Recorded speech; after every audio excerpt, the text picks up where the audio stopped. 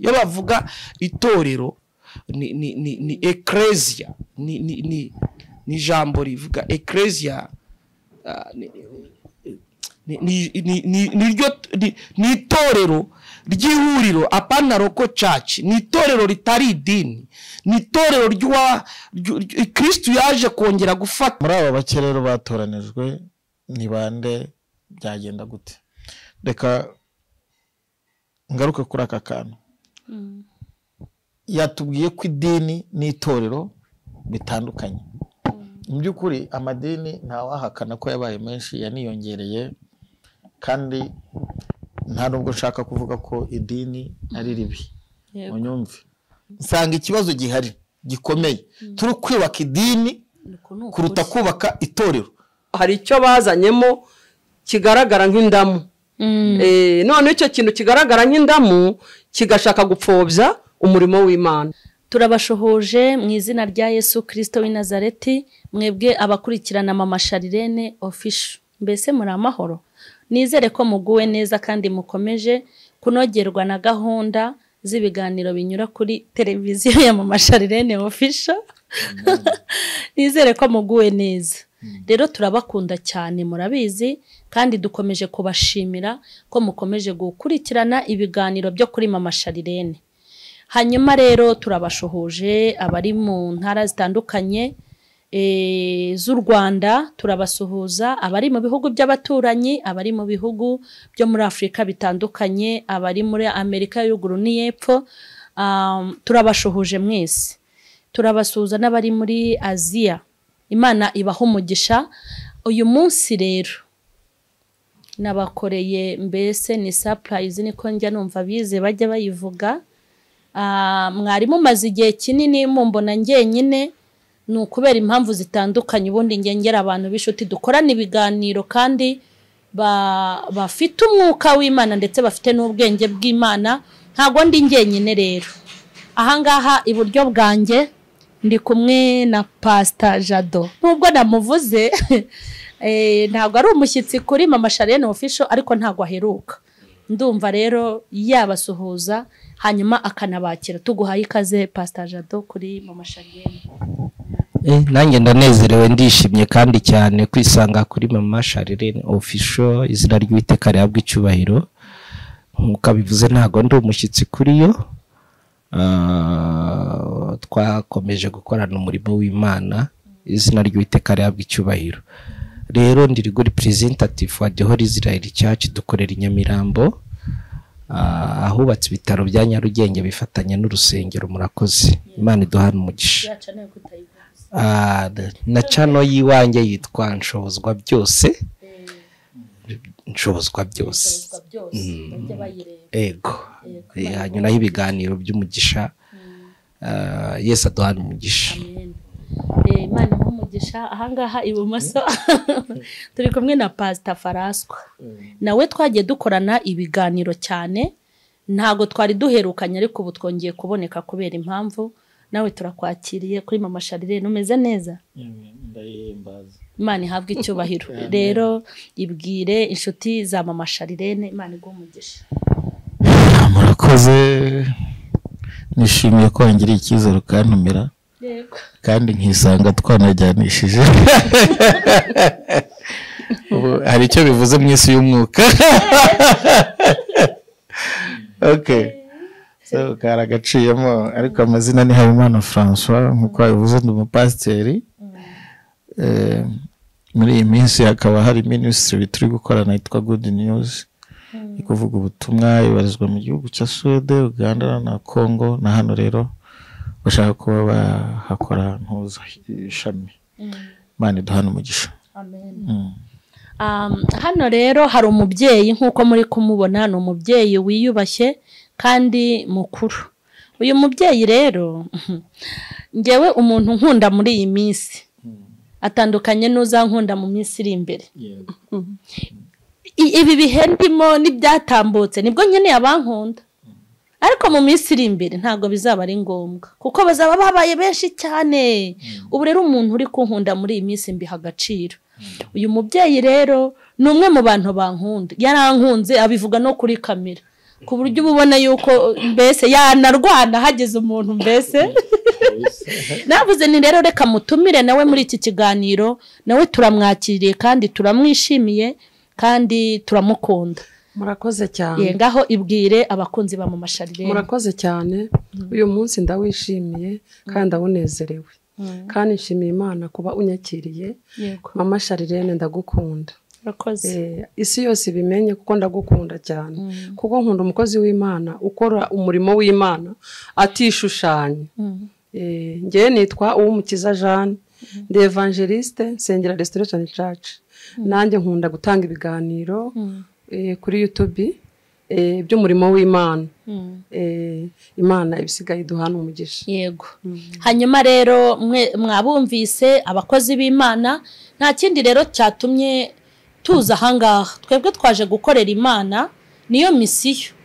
Ntago tuba twaje kuvuga abantu, nta mwanya tubifitiye, kuko hari ikintu namenye neza ko nta jambo na rimwe twavuze ritazajya mu rubanza. Niyo mpamvu amagambo atari ay'Imana tukwiye kuyazibukira. Rero nabatumiye bakozi b'Imana, uyu munsi ndashaka tuganire ngo itorero ni iki. Ni ikibazo cya mbere. Ikibazo cya kabiri muri bukurikirane turi buvuge ngo ese misiyo y'itorero yagezweho uko byari bikwiriye. Hanyuma turi bunaganire ngo nimba itaragezweho hakorwa iki kugira ngo twuzuze misiyo. Ikibazo cya mbere rero ndashaka kukibaza Pastor Jado. Ndashaka udusobanurire abantu bamenye ngo itorero ni iki. Hari umuntu wabaza ngo itorero ni iki ntabone uko ari gusobanurira. Abantu bamenye ngo ubundi itorero, banabimenye nimba nabari abanyetorero. Reka tubwire Pastor Jado aba ari we duheraho kuri iki kibazo. Imana ibahe umugisha. Kansubize nkoresheje Bibiliya ho gakeya kuko niwo muyobozi mukuru.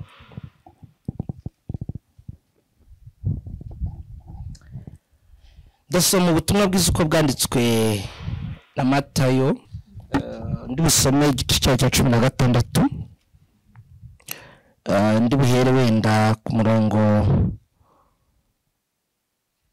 wa 14. Baramusubiza bati bamwe bagira ngo uri Yohana Umubatiza, abandi ngo uri Eliya, abandi ngo uri Yeremiya, cyangwa ngo uri umwe we mu bahanuzi. Arabasubiza ati ariko mwebwe ubwanyu mugira ngo ndinde?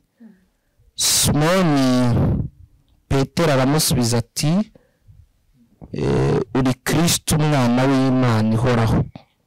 Yesu arabasubiza ati Yesu aramusubiza ati urahirwa Simoni wa Yona, kuko umubiri n'amaraso atari byo byabiguhishuriye, ahubwo ari Data wo mu ijuru.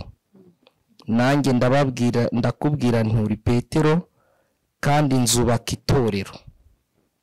Niryo jambo nashakaga. Kandi nzubaka itorero ryanjye kuri urwo rutare, kandi n'amarembo y'ikuzimu ntazarishobora. Cyane.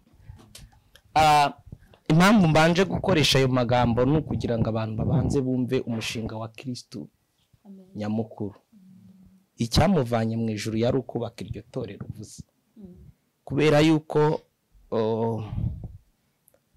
hariho ibintu byinshi bigendanye n'imyubakire yari iriho, ariko hejuru y'ibyari byubatswe Kristo nawe amanurwa no kuza kubaka. Icyo yaraje kubaka ni itorero. Ntabwo yaraje kubaka idini, yaraje kubaka itorero. Aranavuga ngo n'amarembo y'ikuzimu ntago azarishobora. Rero mu kusa nkaho nsubira inyuma gato, iyo umuntu ambajije ikibazo hari igihe ngiyo njya gusubiza usanga nizimbye mu magambo, biturutse kubanza gusasira cya kindi wabashaga ngo cya kintu ngo umuntu akubajije kibona ubusobanuro.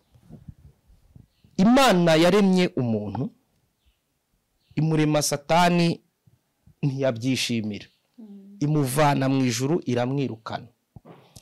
Yirukanye Satani, satani yaje kurakazwa na cya kintu cyitwa umuntu. Umuntu yari yaremewe ikintu kimwe cy'ingenzi, kuramya Imana. Uko kuramya Imana kwatangiriye aho ngaho.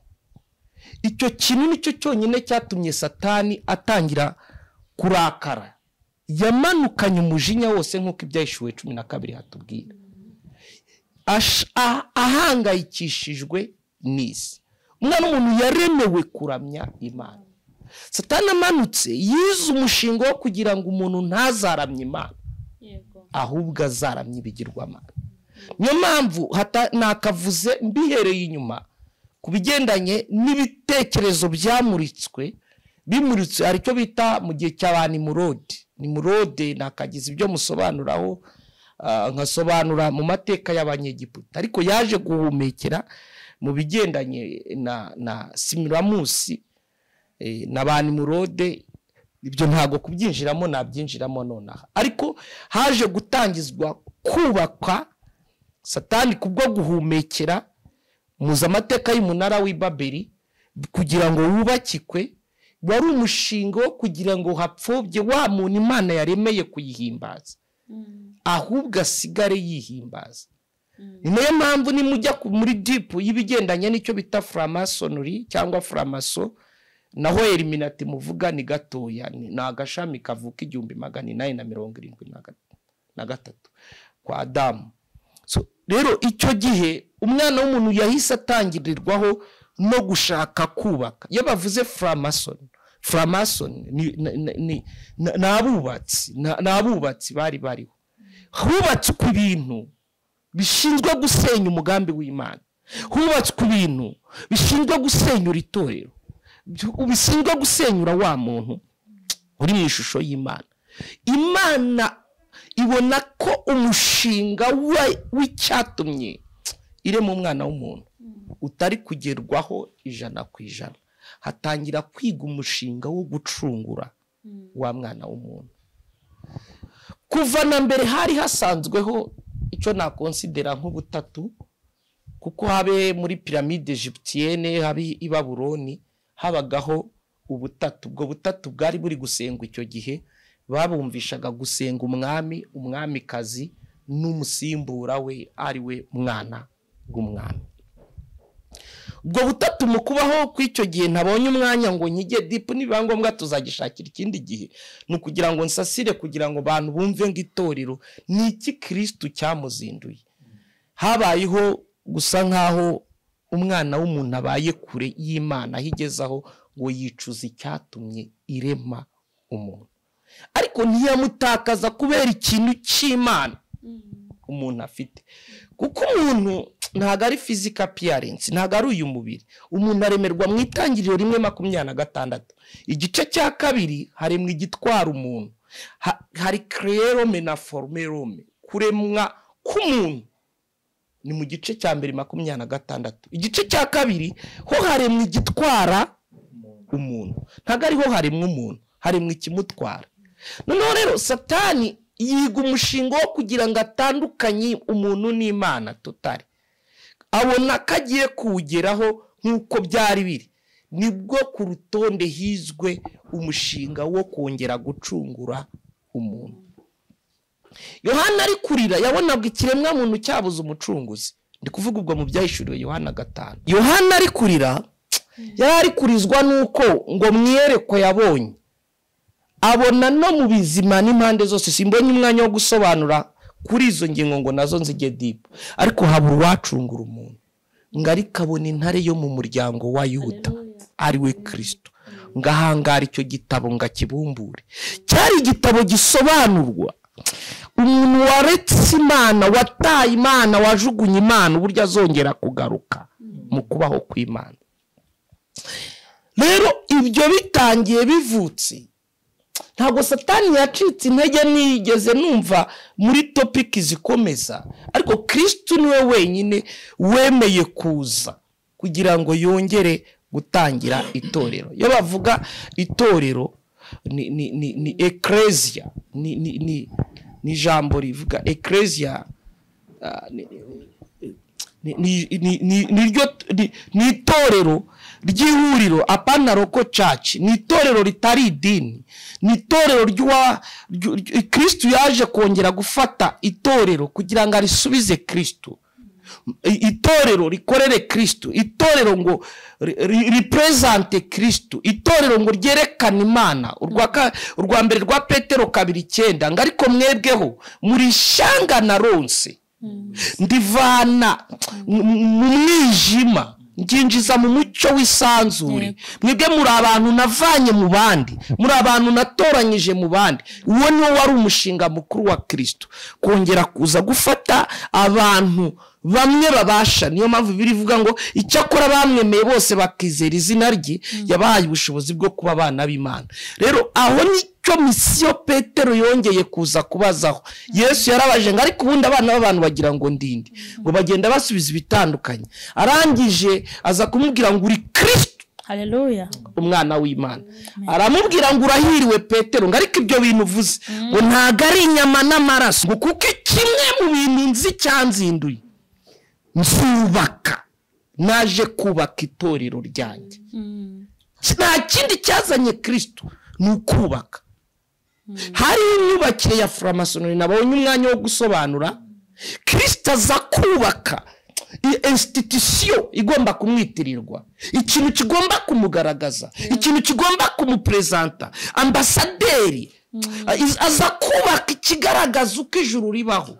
Kubera ko wari umushinga kubaza amateka, Imana isanga Aburahamu ikamusora muri Uri y'Abakarudayi, Itangiriro 12 akagera imbere. Umwana w'umuntu akaza guta, akaza kujugunya, akaza kuba undi muntu. Imana yaje guhitamo Aburahamu iramubwira ngo vasiga, imubwira kuva gusiga no kujya. Yari ifite umushinga wo kuzamuvanamo ikintu. Haremwe icyo bita Israeli, ryari ishyanga ryera.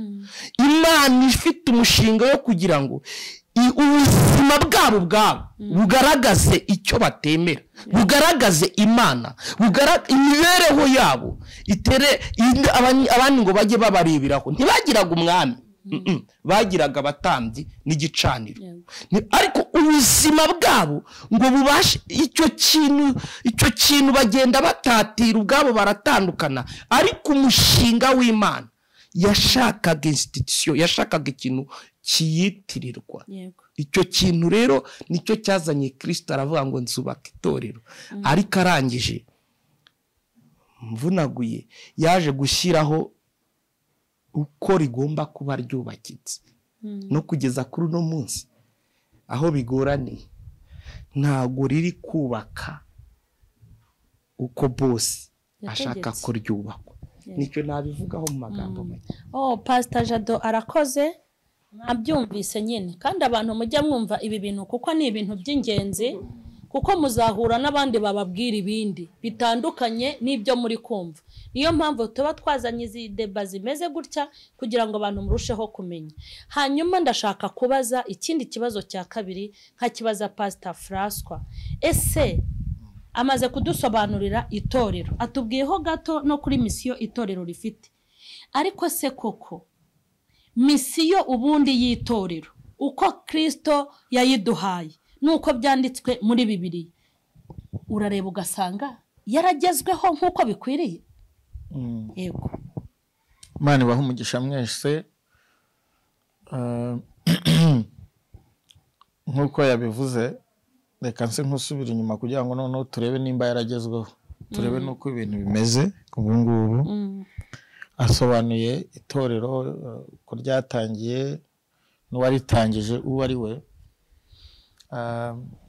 Asoza agira detaye yahereye ku itorero rya mbere yo kuza kwa Kristo, ukuntu Imana yagiye itoranya Aburahamu.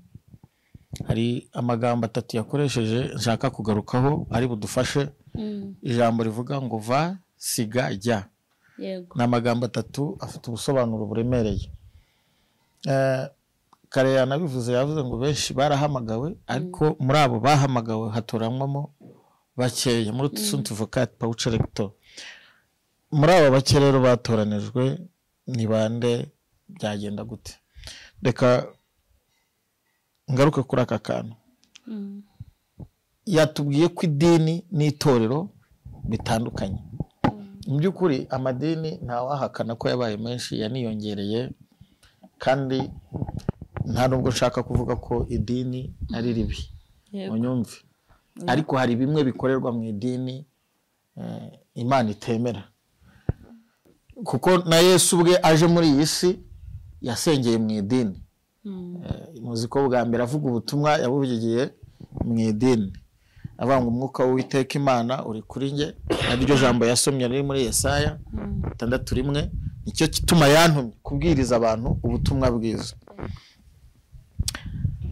Rero ikibazo gihari kugeza uyu munsi ni uburyo twitiranye idini n'itorero.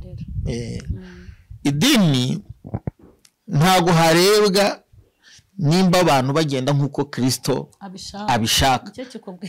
Idini ikirebwa ni inyubako n'abari mu rusengero n'ibijyanye na institution mu Kinyarwanda ni inzego zijyanye n'iryo torero, n'ibyo ngibyo, icyo nicyo bita idini. Kuko iyo uvuze idini uba uvuze muri rusange, hari n'idini gakondo, hari n'idini mbega amadini yose muri rusange yitwa amadini, kuko afite uko aterana, afite abayoboke, afite n'aho ateranira. Ikibazo kiriho muri iki gihe rero twashyize imbaraga mu kubaka idini kuruta kubaka itorero. Ugasanga inyigisho ziri mu rusengero nizo kubaka idini, impaka zihari ni iz'idini, ibyo abantu bapfa barapfa idini. Ugasanga ibintu byose biragarukira ku idini. Ugasanga kuva ku wa mbere kugera ku cyumweru pasiteri cyangwa umuvugabutumwa arigisha ibituma idini rikomera, ariko ntiyigisha ibituma itorero ry'Imana rigira rite rikomera. Imana idufasha. Meruka kugera mu rusengero rumwe, ntari buvuga izina hano, umuntu arababwira ngo ariko ngo mubona ntago mbihakanye ko kubaka insengero ari byiza, urabyumva, ntago mpakanye ko kugira ubuyobozi buri strong nabyo ari byiza, simbihakanye, ariko ibyo ntibikwiye kurusha imbaraga kubaka itorero, ntibikwiye kurusha imbaraga kubaka umuntu w'imbere. Yatubwiye iki gitwara umubiri, ariko imbere hari undi muntu. Aho naho umugani Bibiliya avuga ngo mbese ntimuzi ko imibiri yanyu ari insengero. Ibyo nabyo ngo ziki z'umwuka uri muri mwe, nabyo ubwo ni ikindi kintu, ni topic nayo ndende, ariko reka ngaruke kuri ibi. Ngewe yo ndebye muri iki gihe, kugira ngo murabizi yo twahuye ibitekerezo bari byinshi cyane cyane, noneho Pastor Jade yakoze introduction mu mutwe bihita bijagura ari byinshi, abari byinshi byo kuvuga. Nsanga umwanzuro ntiriwe nizimba mu magambo, nsanga ikibazo gihari gikomeye, turi kwubaka idini kuruta kubaka itorero. Ni gute twakubaka itorero? Nuko itorero tuzana abantu kuri Kristo. Niyo yasomye hariya, nzubaka itorero ntibizaneho niba babayoboke ba ntago abantu ngo intama yanjye ngo uriya muntu ni intama yanjye, ariko si intama yande ya Kristo.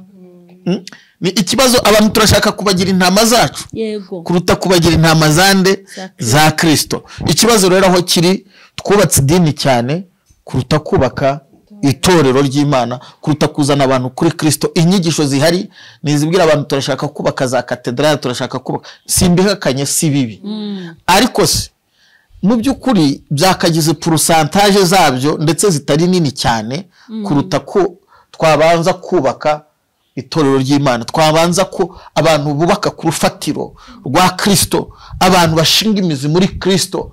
Inyigisho ziriho nyinshi usanga n'ukuri atari gospel, gospel mu Kinyarwanda usanga atari ivuga butumwa rizana abantu kuri Kristo, arubwo ari inyigisho zituma abantu bemera abandi, abantu bamwemera ko umuvuga butumwa uteye ubwoba. Ibitangaza wakora byose, reka nanabivugira kuri iyi kamera, abapfu wazura uko baba bangana kose, ariko bitari ibintu bizana abantu kuri Kristo, bitari ibintu bituma abantu barushaho guhesha Imana icyubahiro, ubwo butumwa bufite ikibazo. kuko ibyo bimenyetso n'ibitangaza byo ntitwabijyaho impaka kuko Bibiliya mu minsi y'imperuka hazaba ibintu byinshi, hazaho igihe cya confusion, igihe cy'amayobera, cy'urujijo. Ari abantu b'Imana wenda bakoreshwa n'Imana koko bazakora ibitangaza, ariko ngo n'abahanuzi b'ibinyoma rero ntago igitangaje cyangwa se igikomeye ari uko dukora igitangaje. Reka mbabwire urugero. Umugabo witwa Yohana, wenda ndimo ndasoza. Yohana nta kirema yahagurukije. Yohana nta kindi gitangaza yakoze kidasanzwe Bibiliya yanditse nimba kinahari. Ikintu yakoze ni ukwihanisha abantu, ni ukuzana abantu kuri Kristo. Yaravuze ngo ndijwe ry'urangururira hehe mu butayu. Ibyo murabizi muri Yohana.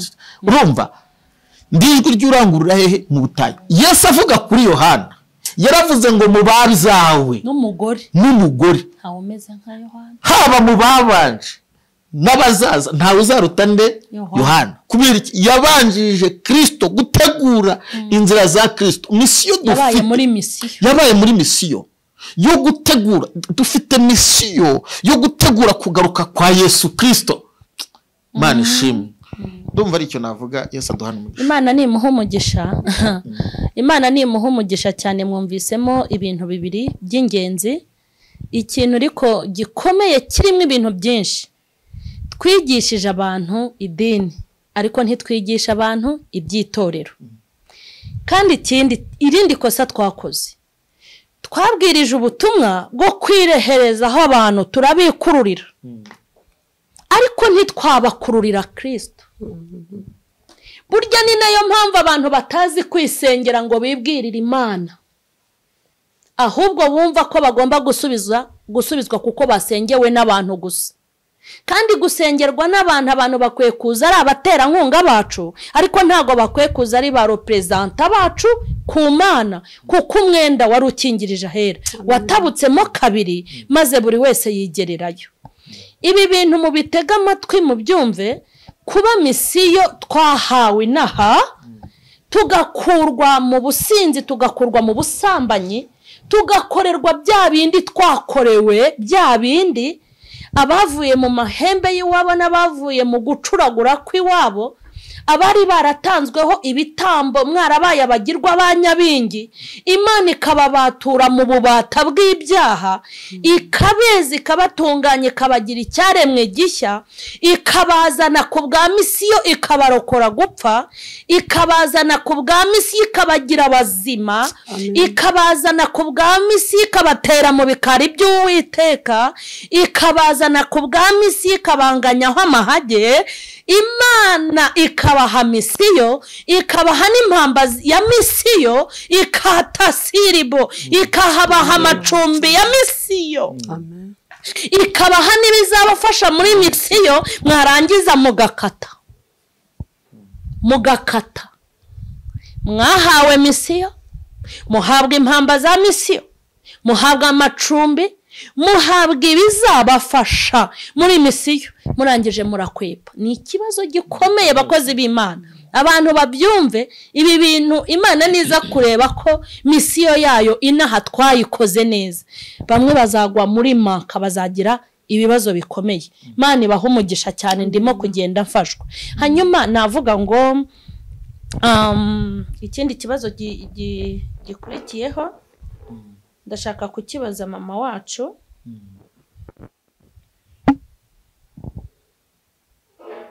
Yego, tumaze kubona yuko misiyo itagezweho. Yego, ndashaka kukubaza mama, wabaye mu itorero, sinzi igihe urimazemo, cyo nzi nuko naho wamaramo umunsi umwe muri ibi bintu by'uyu mugabo. Yego, ubu ufite ibintu wamenye cyane. Niki ubona abanyetorero nk'uko twabibwiwe, abayobozi n'abayoborwa, niki ubona dukwiye guhindura ibyiciro byose, abayobozi n'abayoborwa, abahanuzi n'abahanurirwa, abavugabutumwa n'abo babwiriza, twese uko Imana yatubumbiye muri cya gikundi cyo mu itorero ngo dukore misiyo? Niki cyahinduka? Niki twakora kugira ngo misiyo y'uwaduhaye misiyo ikore neza? Niki twakora? Karibu. murakoze cyane kumpa ijambo. Ntabwo nk'uko bagenzi banjye bamaze kubisobanura, njyewe narabyitegereje cyane igihe maze mu itorero, mbona mbega gutandukanya itorero muri ino minsi n'idini, mbese abantu babifata nk'aho bigize injiji kandi basobanukiwe.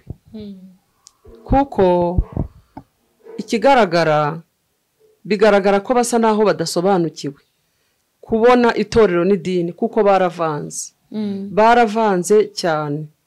Mbega ntibiyegereza intama uko bikwiye. Umurimo w'Imana basa naho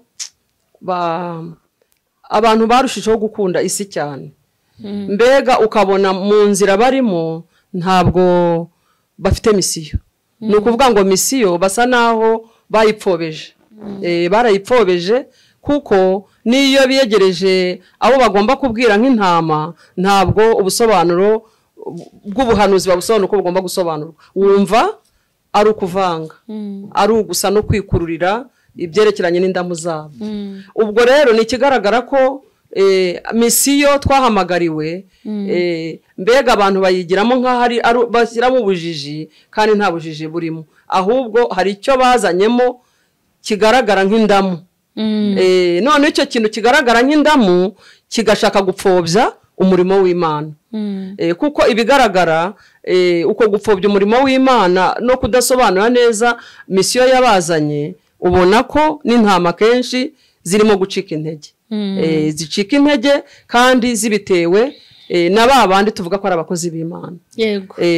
Rero ndabona umurimo usa naho wivanze, ariko bakagaragaza ko ari ubujiji kandi nta bujiji burimo, ahubwo babyica babizi kubw'inyungu bikururiye, kuko bahuye n'Imana bavuganye nayo, yabihereye ibisate ku buryo umuntu avuga ukuntu yakubitanye nayo, avuga ati mwarahuye kabisa. Ndumva rero nge rwose mbona ari ikintu cyo gushaka kwikururira no gushaka gupfobya misiyo yatanzwe yo kugira ngo bagaragaze ibyo bahamagariwe. Nicyo mbona, nta kindi ndakongera. Hanyuma n'ubundi iyi ntuza ya nyuma twakora iki kugira ngo tugere kuri misiyo? N'ubundi ni nayo ntuza turi busorezeho. Ndashaka kubaza Pastor Faraswa, nawe urabona koko hakorwa iki ukurikije ibyo wirebeye? Hari ibyo warose, hari ibyo werekwa, hari n'ibyo ureba n'amaso yawe ku byiciro byose, abo muziranya aho ukorera naho ugenda. Iyo ubirebye urabona koko twakora iki kugira ngo n'abaduteze amatwi twakora iki? Mama wacu Imana imuhe umugisha ndetse na mama Charlene ku nyunganizi bavuze ijambo rikomeye, bati ikibazo aho gishingiye rega ni kundamo, ni yerekwa ritarenga inda. Yerekwa ryabo ni Imana yabo ni inda, yerekwa ryabo ntirirenga inda. Arakureba akakubonamo ifiriti, akakubonamo ibindi. Icyakorwa ni iki? Mu by'ukuri icyambere twebwe nk'abakozi b'Imana, nk'abantu bayoboye umukumbi w'Imana, nk'abavuga ubutumwa, mureke dusubire ku isoko. Mureke dusubire ku isoko, twongere dufate ibihe byo kubana n'Imana. Hari umugabo umwe nakunze yitwaga Yanguco, wapfuye mu minsi ishize, yari umuyobozi w'itorero ryo muri Korea y'Epfo. Yigeze avuga ngo uruhimbi rwe ntiyaruha umuntu nibura utajya umufata amasahane ku munsi yo gusenga, ngo kuko naza kubwiriza arabwiriza ibijyanye n'ubwonko bwe n'ibitekerezo bye, ngo akeneye umuntu uza kubwira abantu biri ku mutima w'Imana. Mu by'ukuri dusubire ku isoko, dusenge, kandi mu by'ukuri two kwibyica tubizi, tugire iyerekwa rirenga inda. Mureke mu by'ukuri twibuke ko ibintu byose tuzabisiga, urabirwanira. Hari umugabo weruka kumbwira akantu atejo, twagiye ahantu none babona abavugabutumwa nyine ibintu byose babwiriza ni bituma babona amafaranga. Ngo ariko ayo mafaranga muri gushaka azababera itike izabinjiza mu ijuru. Mu by'ukuri twibuke ko ibi turi kurwanira, izi ndamu turi gushaka, ntabwo zizegera zibitike zizatujyana mu ijuru, kandi ibyo tubiba nukuri nibyo tuzasarura. Ibyo umuntu abiba, kandi imirimo yose bizapimishwa iki? Umuriro.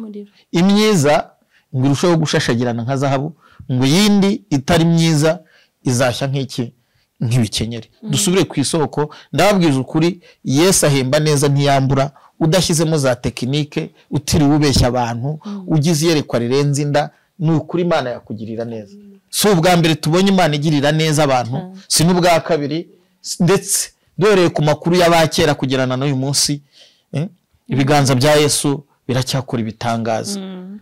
Witekereza ko wakira ari uko wakoze amanyanga, witekereza ko idini ryawe ryakomera ari uko utabwiye abantu ukuri. Bibiliya iravuga ngo bazamenya ukuri, ngo kandi ukuri niko kuzababatura.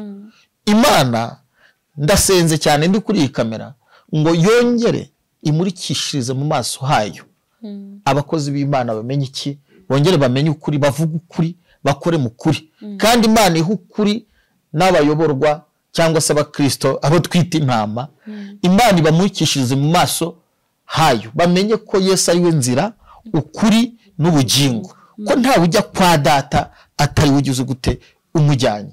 Ndumva rero ari icyo ngicyo nabwira abantu, tureke kubaka idini cyane kuruta kubaka itorero, kandi tumenye ko aho kubakira nta handi ari kurinde ari Kristo. Mureke tuvuge Kristo kuruta kwivuga. Umuntu uzi ko ahera ku wa mbere yivuga kugeza ku cyumweru, cyangwa agahagarara ku ruhimbi bamuhaye umwanya akivuga, umuntu akavuga umugore we amasaha 5 agashira, iteraniro rigasoza ari byo avuga, akavuga ngo ibyo yakoze hehe. Urumva na za tekinike n'iki, oya reka mbabwize ukuri, mureke tuvuge Kristo wabambwa akazuka. Haleluya, niyo misiyo yacu. Reka mbabwire, kubaho ni Kristo no gupfa ni inyungu. Nidushaka, reka mbabwize ukuri, muririmbya aragakora sikwaye turirimba, abo ukigenda atekereza ko batagatera, haba ngo naho ibindi wawe biretse Mana ukaduhindura, ukatugira ibikoresho byawe, ngo ukazaduha n'iherezo ryiza, ngo ntacyo. Muri icyo gihe arakubwira ati ibiretse n'ibindi reka. Ariko ndumva iyi topic, ndumva muri iyi minsi nshaka guhinduka igikoresho. Bibiliya bivuga ngo mu nzu y'inyumba harimo ibyo gukoresha iby'icyubahiro n'ibyo gukoresha iby'igisuzuguriro. Mu by'ukuri ushobora kuba witwa umukozi w'Imana, ariko Imana yakureba ukabona uri gukoreshwa ibintu by'igisuzuguriro. Impamvu ari iby'igisuzuguriro, uri gukora mu nyungu za Satani aho gukora mu nyungu z'ubwami bw'Imana. Imana idufashe. Imana nibaha umugisha. N'ubundi turasaba Pastor Jado kugira ngo atubwire twakora iki, hakorwa iki. Yego. Iyo turi kuvuga gutya, nkunda gusigara ntinda kugira ngo ikiganiro cyacu kitaba ikigusha umwe muri abo bato. Bibiliya yarabiturinze, iravuga ngo twirinde tutagere wo tugusha umwe muri abo bato. Iyo tuvuga idini tukavuga n'itorero, ntabwo dufite umushinga wo gusenya idini, ahubwo dufite umushinga wo kuvuga ngo reka nsobanure gato ku iyi point. Mvuga ngo kugira Imana itabara umuntu, muzasoma ibyanditswe, yaba Koruneliyo izavuga ngo yubahirizaga imigenzo y'idini. Kugira Imana ihe na Zekariya y'urubyaro yubahaga imigenzo y'idini. Kugira ngo Imana yemere ko Kristo avuka kwa Yosefu no kwa Mariya, nuko yari abizi ko ari abantu bubahiriza imigenzo y'idini. Nagasobanuye umumaro w'idini n'icyo rishinzwe kumara. So rero ni icy'ingenzi ko abantu babasha kubyumva. Gusa iyo umuntu akubwiye ngo uri umunyedini, wumva yuko nyine akubwiye ngo ntukijijwe, uruwo kuhajya gusa, uruwo kwicara, uruwo kugira gute. Ariko ni icy'ingenzi ko abakristo badukurikiye bamenye ko ari icy'ingenzi kubaha imigenzo y'idini. Ni Bibiliya bivuga, nta n'umuntu n'umwe wigeze utabarwa, nta wundi muntu wigeze agira amahame n'imigenzo y'idini cyangwa y'itorero atabyubahirije. Yagutabaraga kuko wabyubahirije. Ariko ibyo bintu icyo twe turiho byihinduka agakiza.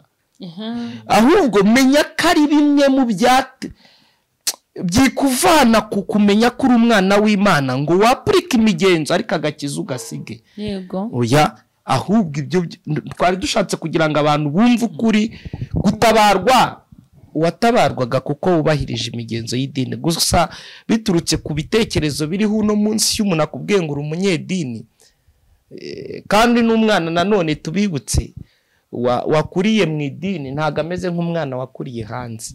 Idini riragufasha gutunga uburezi, riragufasha kumenya uko ubaho. Naringize ngo mbanze mpere kuri ako. Ndagaruka inyuma gatoya kuri hakorwa iki. Aba bose bagiye mugaruka ku ntego ndetse na mama hari izina ryenda ryibagiwe akanyu w'umukiza Jeanne. Ntago nzajya nkoresha Jeanne kuko na mama niryo yitwaga, niryo ritaza, nubwo ntakunda gukoresha hanini amazina y'amazungu, ariko nzajya nkoresha Jeanne ntacyo bitwaye. Niki nshatse kuvuga? Yagarutse kuvuga ngo intego umuntu natwumva gutya aribaza ngo ese ibyo bari kuvuga intego tutakora ni izihe zitariho, ni ikihe kibazo babona aha naho twaragerageje. Ariko reka dusome twumva intego. Aba bakomeje basoma ni Matayo 28 umurongo wa 19. Yaretse ngo nuko nimugende muhindura abantu bo mu mahanga yose abigishwa, mubahindure abantu bo mu mahanga yose abigishwa, mubatiza mu izina rya Data wa twese n'iry'Umwana n'iry'Umwuka wera, mubigishe kwitondera ibyo nababwiye byose, mubigishe kwitondera ibyo nababwiye byose, kandi dore ndi kumwe namwe iminsi yose kugera ku mpera y'isi. Iri ni ijambo yasorejeho nyir'umurimo. Kujya mu mahanga tukigisha ubutumwa bwiza, abantu tukabagira bigishwa ba Kristo, tukabatoza kuba bigishwa ba Kristo. Apana kuvuga ngo ndi umwizera w'iri torero, uri umwizera wa Kristo. Kubatoza kuba abigishwa ba Kristo, apana kubatoza kuba abigishwa b'idini runaka, ahubwo iryo dini rikabatoza kuba abigishwa ba Kristo. Sinzi icyo mvugaho niba cyarangije kumvikana. Kandi nibamara mubabatize mu izina rya Data wa twese n'iry'Umwana n'iry'Umwuka wera. Ndabatangariza yuko ibi bintu itorero cyangwa idini ribikora, kwigisha no kubatiza. Ariko uwavutse ntago yigishwa kwitondera. Aho ruzingiye ni kuri iyi 20. Mubigishe kwitondera ibyo nababwiye byose. Apana kwitondera ibyo nagaruka kuza ngo mugere mu rusengero ngo turabigishije mwakire Kristo nk'umwami n'umucunguzi w'ubuzima bwawe, turakubatije birarangiye. Hari umushinga w'itorero kwigisha abantu kwitondera. Nyuma yo kubatizwa, nyuma yo gukizwa, nyuma yo kwinjira mu rusengero, ukwiye kwigishwa ibyo witondera kugira ngo umenye ko habaho renga. Iri ni ijambo nyamukuru ryavuzwe. Ndagaruka ku itorero, ariko iki niba ngiye kukivuga ndakivuga niwanjye ntarakirangiza, nanjye ndashumbye. Ariko reka tuvuge mbese iryo torero Kristo agomba kubaka. Efeso 4:11 uhari. Efeso 4:11 mvuko havutse nuko aha bamwe kuba intumwa zi, abandi kuba abahanuzi, n'abandi kuba ababwiriza butumwa bwiza, n'abandi kuba abungeri n'abigisha, kugira ngo abera batunganirizwe rwose gukora umurimo wo kugabura iby'Imana no gukomeza umubiri wa Kristo kugeza ubwo twese tuzasohora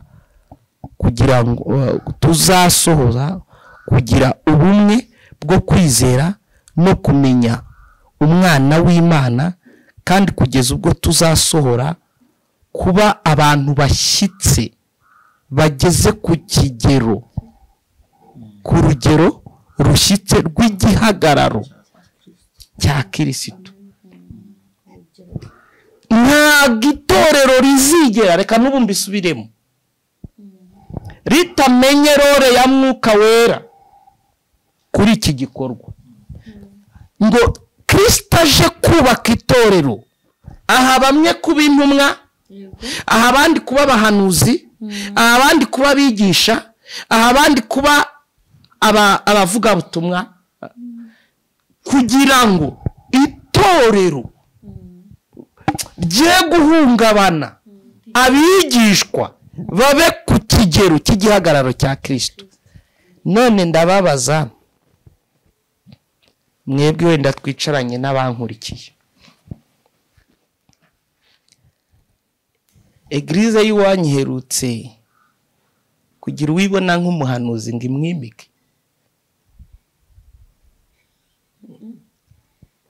Hari Eglise se iherutse kuvuga intumwa yo ndababona abahawe izo nshingano?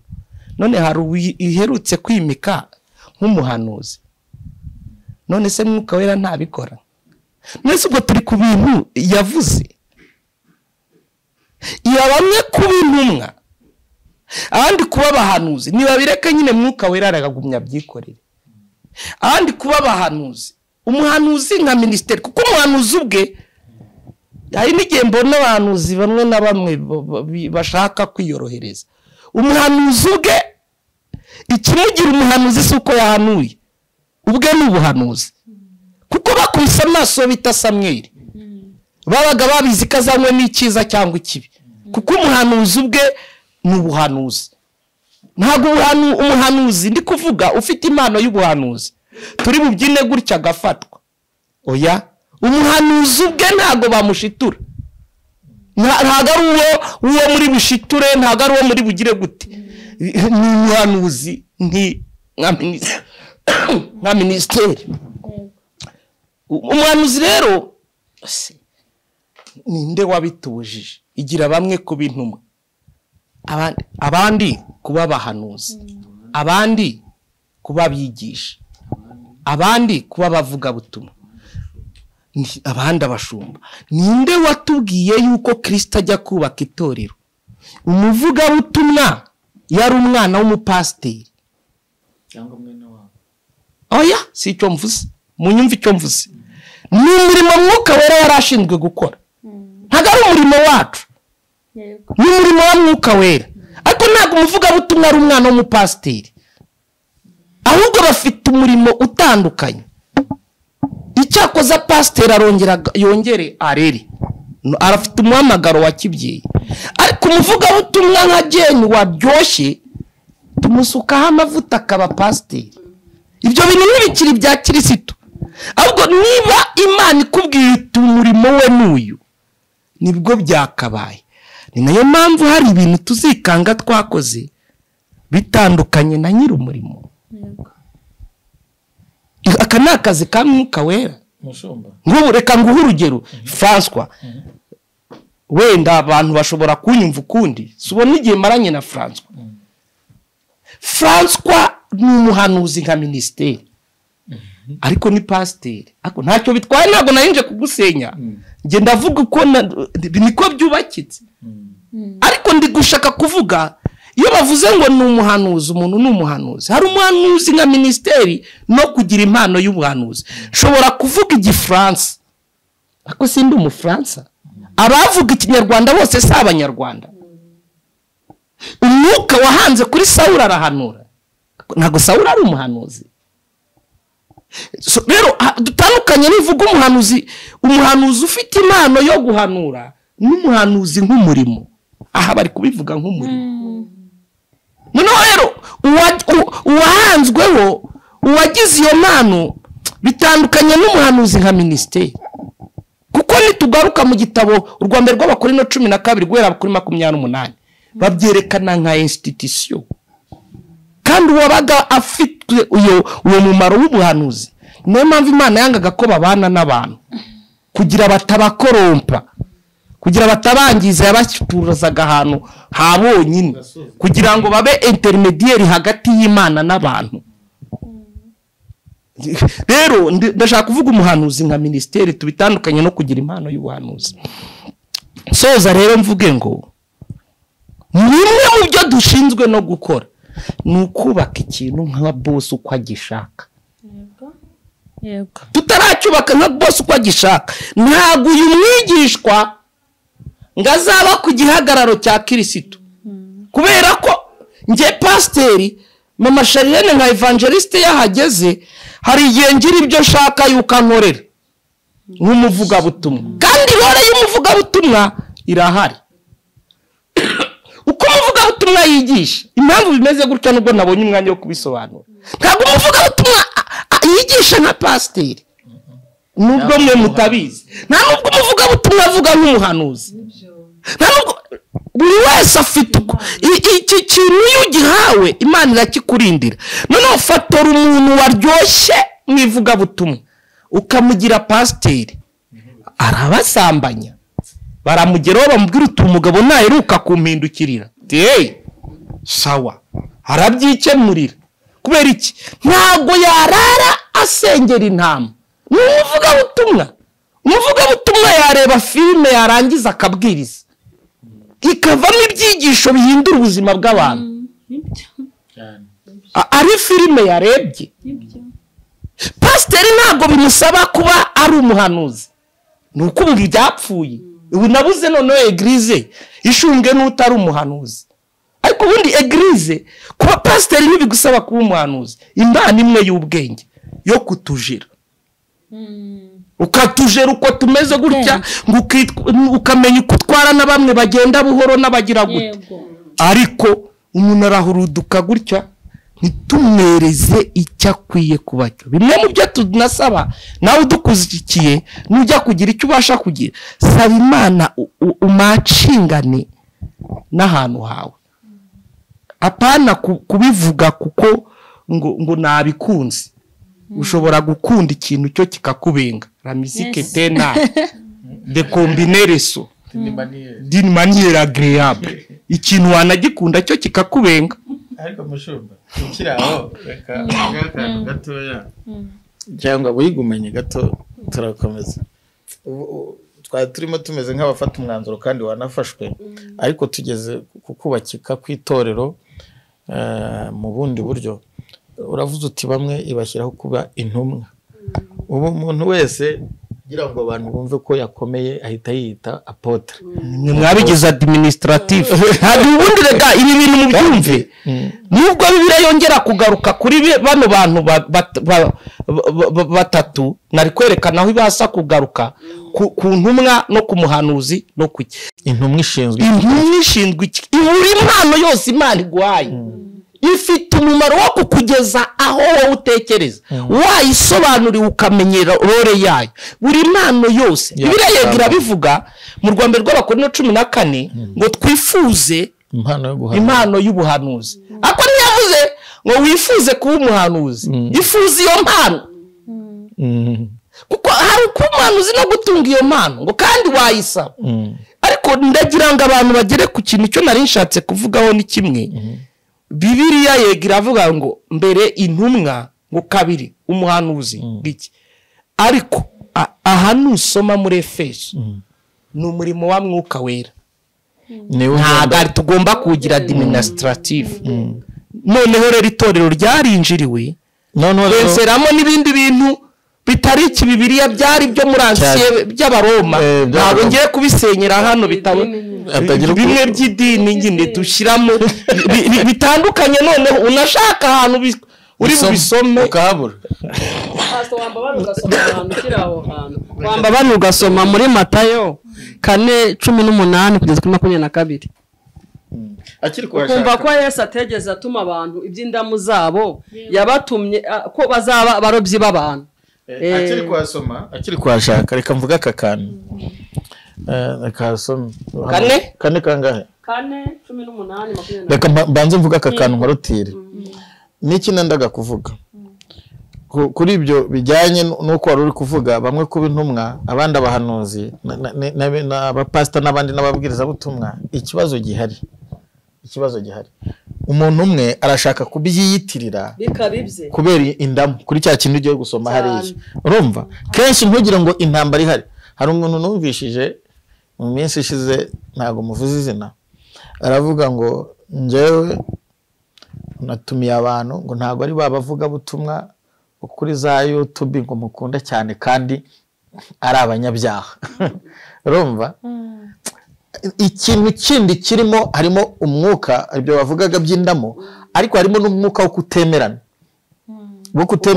wo gupinganwa w'ishyari ugasanga mu rusengero pasiteri ararwanya umuhanuzi nawe arirwa hanura ko pasiteri atari Imana yagize gute yamushyizeho ari umupagani ngo ntago ari Imana yamwimbitse ngo n'ikimenyime yarabinyeze ubuhanuzi bumeze nk'ubutekinikano nabwo butari urugino bwirwa busenya ngo bwirwa busenya amatorero ni ikibazo gikomeye reka dusomera aho ngaho hari nahasoma cyo nashakaga kuvuga nagiraga ngo nsobanure kuko Yesu yaje avuga ngo igihe ahamagara bazabedeyo na Petero ababwira ko bazaba abarobyi b'abantu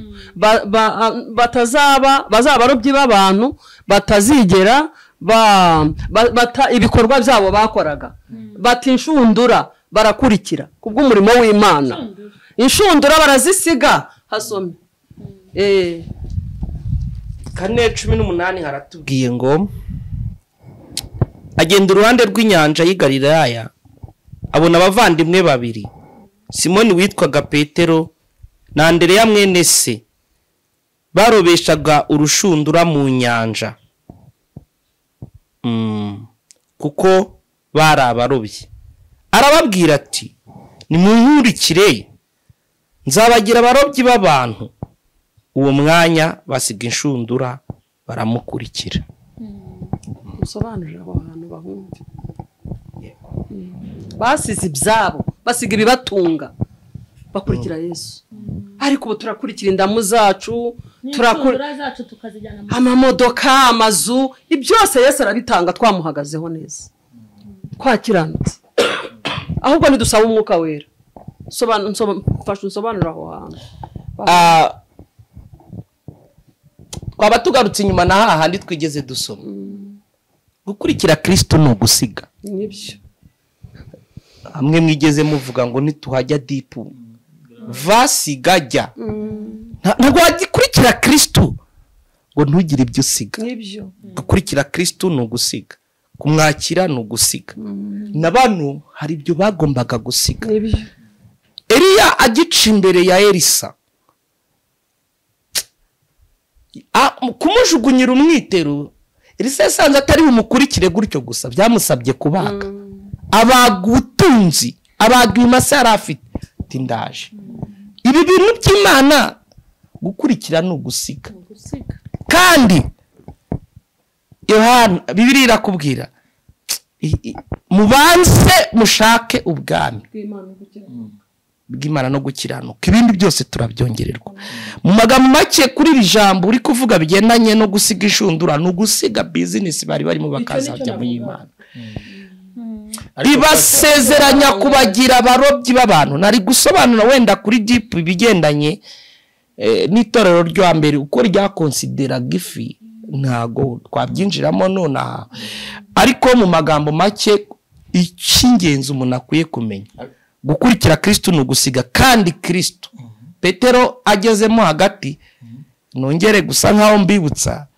yaramubwiye ngo ariko abasize ibyacu tukagukurikira ntabwo Yesu yahise amutango katika jina la Yesu watewe na dayimoni ahubwo yaramubwiye ngo mukiri mu isi nzabakubira Petero ntiyakibabarije yarababarije mwebwe mukora akazi mukiri mu isi nzabakubira inshuro 100 kandi fra cyangwa mama Sharirene wenda mama Jane n'uyu munsi twahuye nta muntu muri mwese wavuga ngo ijuru ntiryamukubiye ngo arikamire mu kitozi.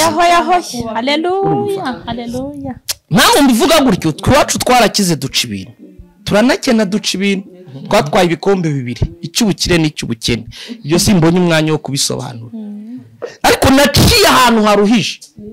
Hari ukuntu sero yarevu umuntu abasha kugera abantu bashaka kuguhamagarira gukora ibindi mirimo bakagukangisha amamiliyoni n'ibindi byiki, ariko twebwe dukurikije ahahise hacu tubona Imana ikora imirimo. N'ibyo umuntu ashaka kudusangamo ngagaye, twebwe tubyita imbaraga z'Imana, tubyita ubutsinzi bw'Imana, tubyita ubushobozi bw'Imana.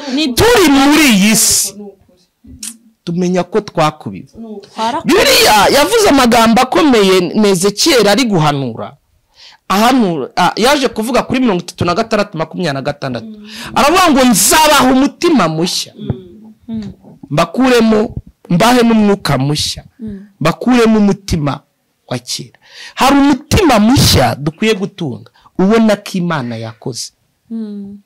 Ntiturebe ngo nitugire gutese, uretse no kuvuga ngo ni ku bakozi b'Imana no ku gihugu cyacu turabibona ko hari aho duturumbutse. Ariko mushumba ikiraho ikibazo ni iki? Hari igihe ntacyo niyo wayigumana n'iki, hari igihe dusiga sebyo, ariko none ugasanga business nyanganire ntabwo turi kurwanya umuntu hano, business turi kuzikorera mu rusengero. Icyo mvuze uracyumvisha, bigahinduka unyumve, nemera ko Imana iguhaye favor, iguhaye ubuntu, abantu baguha n'ibintu, ibyo ni ibintu nemera. Ariko ugasanga ni nkaho itorero ufite warasize yego, ariko uje mu rusengero ni nkaho uvuze ati hariya ni nahombye, none mbonye ahandi ngiye gushakira, ngiye gushora, nawe hakasanga harimo ikibazo. Ubyumva? Rega abantu baza kumva ngicyo ndiho nundi wese udukurikiye. Ntabwo ndi kuvuga ngo abakozi b'Imana ngo hirya yaho basize bazambare, kuko Bibiliya tubwira ngo turi abatambyi n'abami. Bivuga ngo tuzakigaruka ku bigendanye kuba umutambyi no kuba umwami. Kuba umutambyi n'umwami niki ishatse kuvuga hagati aho ngaho. Mushumba uwabikoze akabikora mu buryo bwa business, we na boss we bazahangana. Ariko icyo mpamya nta gushidikanya, n'intama zidukurikiye nizimenye yego abantu bakwiye. Bibiliya yaravuze ngo abantu bose utegetswe kububaha, ariko abo babahagaze imbere, abo babashumbye bubahwe bwikube kabiri. Abo bakozi b'Imana bubahwe bwikube kabiri. Icyo ni kimwe.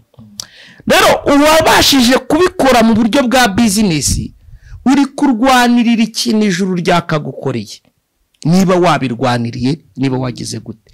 Ariko icyo nge nari nshatse kuvuga, niba hari ibikorwa bigomba gukora, niba ubishoboye kwa pasiteri wawe bikore. Icyo ntemera ni kimwe, ni umutima uhata. Biravuga ngo ibyo mukora byose ubikorana umutima ukunze udahatwa. Iyo usanye imbere y'umukristo ukamuzana kumuhata, reka mvuge abakristo b'iwacu n'ubu iki kiganiro bazakireba, iwacu dutanga itangazo kuko twabibubatsemo barabikora. Iyo hari ibyo dukeneye iti muce aha naha gutya gutya, si duhora twitanga. Iwacu dutunga ifomu dukoreraho imirimo byacu y'umuntu, ntiduhora muri ibyo ngibyo, kandi umuntu abikorana umutima utunganye, atahatswe, atategetswe. Ntabwo ariko ari nari nje gutanga publicity y'iwacu, nari nshatse kuvuga yuko ukora ikintu ahubwo nibabimenye ko bakwiye kubikora, ariko abo babikoze bashaka kubibahatira. Abantu bingingiye Pawulo ababakorino igice cy'ikenda gutwara twatundi duce twabo, natwe tugira uruhari muri wa murimo, tubigiremo uruhari. Abantu nibumve ko ari inshingano yo kubigiramo uruhari, ariko abungeri be kumva yuko bagiye kubihatira abantu kubikora. Ariko kiraho kandi bakigisha. Yarambajije muri izo institution wavuze zikwiye kuranga itorero, umuhanuzi, nka ministeri umupasiteri arambaza ngo ni bande bakwiye kuba bahembwa mu rusengero. Okay, ibyo ngibyo ndumva bishobora kuza mu ntuza mu yindi deba kuko irahari. Hari deba abantu baza kuyikurikirana bazayikurikirane nako yo kuvuga ngo iyo abantu bajya gusengerwa ku bupasiteri hashingirwa kuki. Yego. Aho rero hari buzemo n'ibi bintu byose. Yego. Sinzi nimba pasiteri yarashoje. Icyo navugaga cyari kimwe gusa nendaga ngo yonge nko mu rusyo nshaka uburyo ngaruka no kungasire ku mpamvu yuko ushobora kugira ngo umukristo ashobora kuzamura eglise bamubwira ibintu akagira ngo ntibimureba. Umukristo afite inshingano zo kurwanisha ry'umurimo w'Imana n'inshingano za buri mukristo kandi uwabikoze wakabikora mu buryo bwa business. Mvuge se ngo Imana hizi zamwihe nahingiye gukoresha indi mvugo ariko ntago bazabarana bazabarana ma hari ikintu cyitwa kubarana na boss. Reka minire mwamvuga ngo hari inshingano z'umukristo hari n'inshingano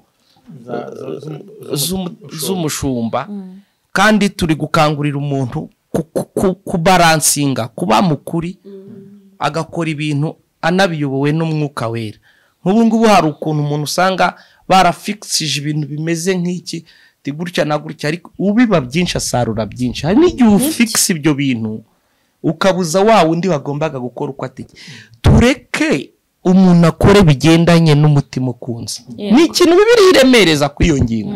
Ibyo yakoze n'abikoranye umutima ukunze ariko niba uvuga ngo nimutabikora ngo nzabatenga ngo nimutabikora ngo biragenda gute ngo ibyo bintu ntabahana nta mugisha ndabasabira nabi tera ibyo ntabwo umuntu ari bubikorana umutima ngo nimba atabikora ngo ntago bazamushyingura napfa nimba atabikora ngo ntibazamushyingira. Nibyo nabivuga Imana duhana umugisha. Imana rero ibahe umugisha. Ibi bintu tuba twaganiriye babiri mu by'abakristo bibwira ndetse n'abandi bantu tuba turimo kugira ngo twibutse abantu. Naho kuvuga yuko abantu babyibagiwe byo ntago nshobora kubyemera kuko abantu benshi baziranye n'Imana cyane abo bireba baziranye n'Imana bafite aho bahuriye. Hanyuma rero Imana nibaho umugisha abakozi b'Imana. Imana iho umugisha Pasiteri Jado Pastor Faraswa. Imana iho umugisha mama wacu. Imana imuha umugisha. Imana iho umugisha na mama Sharirene. Rero iki kiganiro muzagisangize abantu. Nta nubwo nshaka ko ibi bintu dukora bimera nk'imihango. Twaje aha babyumvise abandi nibabyumvise barigendeye. Nukuri uko biri kose ntituri gushyingura imbwa. Ibi ngibi turi kubivuga mu izina ry'Uwiteka kugira ngo umurimo w'Imana urusheho kunozwa. Abo bireba nabo bishinzwe twihereyeho tugire ibintu dukosora tube muri misiyo. Kuko umuntu wese uba muri misiyo naho yaba ari misiyo y'igihugu akitwara neza. Akomureke wenda unsoreze kuri aka kantu nanjye mwagiye mureba za misiyo izi misiyo abasirikare bakora. Misiyo ya mbere misiyo za mbere zakozwe zo kujya gucunga umutekano mu mahanga byahesheje ishema igihugu bihesha ishema perezida wacu. Hahandi kubwo Imana ishimwe kubwo kubona igisirikare cy'u Rwanda bagahita bareba uwatoje igisirikare agahita ahabwa iki amanota. Kuba ko ntushobora kuba mwiza boss wawe atari mwiza ntago bishoboka. Imana ibahe umugisha cyane. Ndifuza ko mbere yuko dusoza turashaka ko abakozi Imana babaha nimero za telefone kugira ngo uwabakeneraho indi nama hanyuma mubashe kuvugana mutange nimero zanyu. Njyewe no guteranya 25 plus 250 788 25 58 74 25 58 74 teranya 250 ku bari hanze 7 8 8 35 38 35 guteranya 250 7 8 230 44 44. Yego rero turabashimiye bari bakurikiranye iki kiganiro Imana ibahe umugisha, ariko ntucyumve wenyine, n'umusinzi asengerera undi kubera akayoga nyine aba yumva ari sawa. Nawe rero nimba ufite inshuti ntukaryoherwe wenyine, ujye usangiza abandi, ukora share, abatarakora subscribe kuri Mama Sharirene muyikore, kandi mukomeze mwandika aho hepfo kuri comment mutangi inama ndetse n'ibindi mwifuza ko twazavugaho.